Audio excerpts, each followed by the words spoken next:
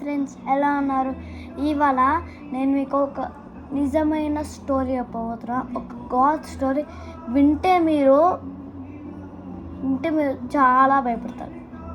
Literally ఇప్పుడు నేను చెప్పబోయే స్టోరీ మహా అవతార్ నరసింహ అంటే మీకు ఇప్పుడు క్వశ్చన్ వస్తూ ఉంటుంది, ఇది ఒక అవతారం కదా అని.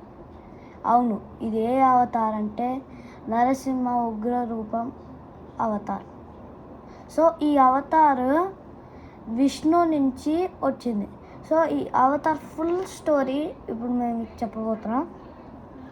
స్టార్ట్ చేసిద్దాం. సో అక్కడ ఒక రాక్షసుడు అన్నదమ్ములు ఉంటారు. అన్న పేరేమో హిరణ్యకశిపుడు, ఇంకా తమ్ముడు పేరేమో హిరణ్యాక్షుడు.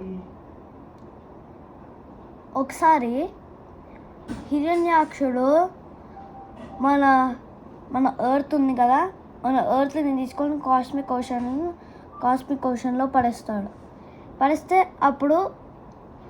అప్పుడు విష్ణు చూస్తే అప్పుడు వరాహ స్వామి అవతారం ఎత్తాడు. అదే థర్డ్ అవతార్. ఈ థర్డ్ అవతార్ పిగ్లా ఉంటుంది. So it's a wild boar. చెప్పాలంటే ఒక వైల్డ్ బోర్ ఫేస్ ఇలా ముళ్ళు ఉంటాయి. ఇంకా ఒక మనిషిలా ఉంటాడు బాడీ, సేమ్ నరసింహం లాగా. ఒక పిగ్ ఫేస్, ఒక వైల్డ్ బోర్ ఫేస్లా ఉంటుంది.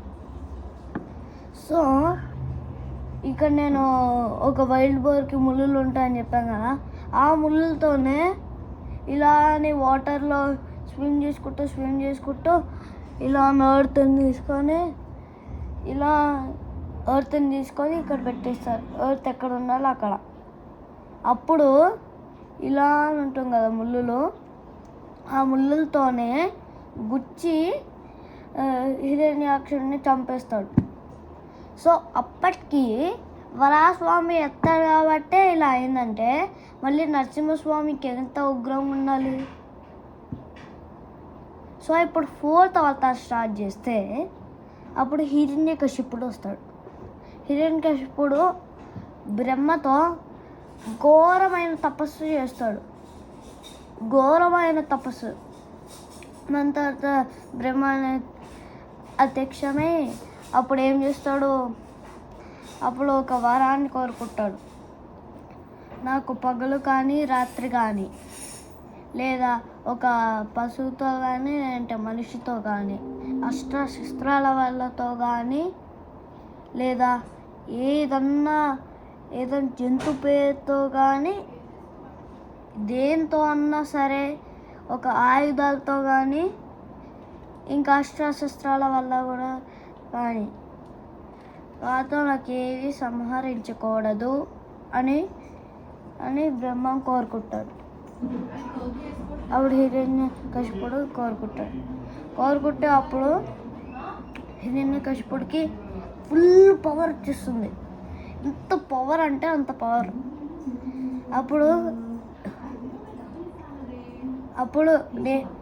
అప్పుడు హిరణ్యకశిపుడు అనుకుంటాడు, నేనే ఈ లోకానికి భగవంతుడిని అని అనుకుంటాడు. అప్పుడు విష్ణు కోపడతాడు. అప్పుడు హిరణ్యకశిపుడికి ఒక కొడుకు పుట్టాడు. ఆ కొడుకు పేరే ప్రహ్లాద. ఎప్పుడు విష్ణు భగవంతుడిని స్మరిస్తూ ఉంటాడు. అది చూసి కోపడతాడు హిరణ్యకశిపుడు. ఎందుకంటే హిరణ్యకశిపుడు చాలా ఎనిమీ ఆఫ్ విష్ణు ఎనిమియే హిరణ్యకశిపుడు. అలానే హిరణ్యకశిపుడు ఎనిమి విష్ణు.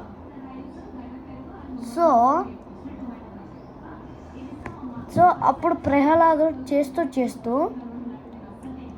అప్పుడు హిరణ్యకశిపుడు వాళ్ళ భటులు ఉంటారు కదా, అంటే వాళ్ళు ఏం చెప్తే అది చేస్తారు. అలా వాళ్ళతో ఒక ఆజ్ఞ వేస్తారు, ఈ ప్రహ్లాదుని మీ ఆయుధాలతో చంపేయండి అని.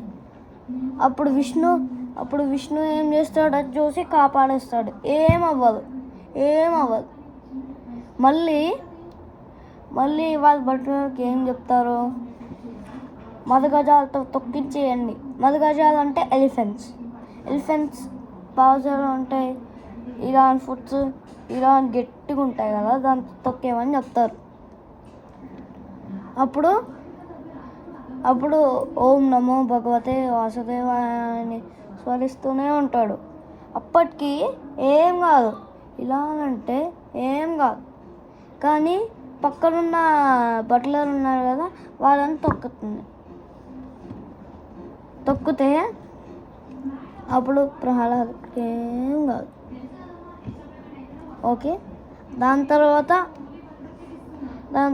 ఒక మంచి ఐడియా తీసుకొచ్చి అని అనుకుంటాడు. ఈ ప్రహ్లాదుని అదే లోయల నుంచి పడేసేయండి అని చెప్తాడు. పడేస్తే అప్పుడు ఏం కాదు, విష్ణుయే ఇలా అని కాపాడితే అప్పుడు మళ్ళీ అప్పుడు విష్ణు చాలాసార్లు కాపాడతాడు. ఇంకొక 2 సార్లు కాపాడితే చాలా ఒక్కసారి కాపాడాలి. ఓకే, అప్పుడు హిరణ్యకశిపుడు తన చెల్లెలు హోలికని ఇలా చెప్తాడు, అది నా ప్రహ్లాదుని నీ అగ్ని పవర్తో చంపేయమని అని చెప్తే, అప్పుడు ఒక అగ్నిగుండ ఉందా, ఆ అగ్నిగుండ పైన ప్రహ్లాదుడు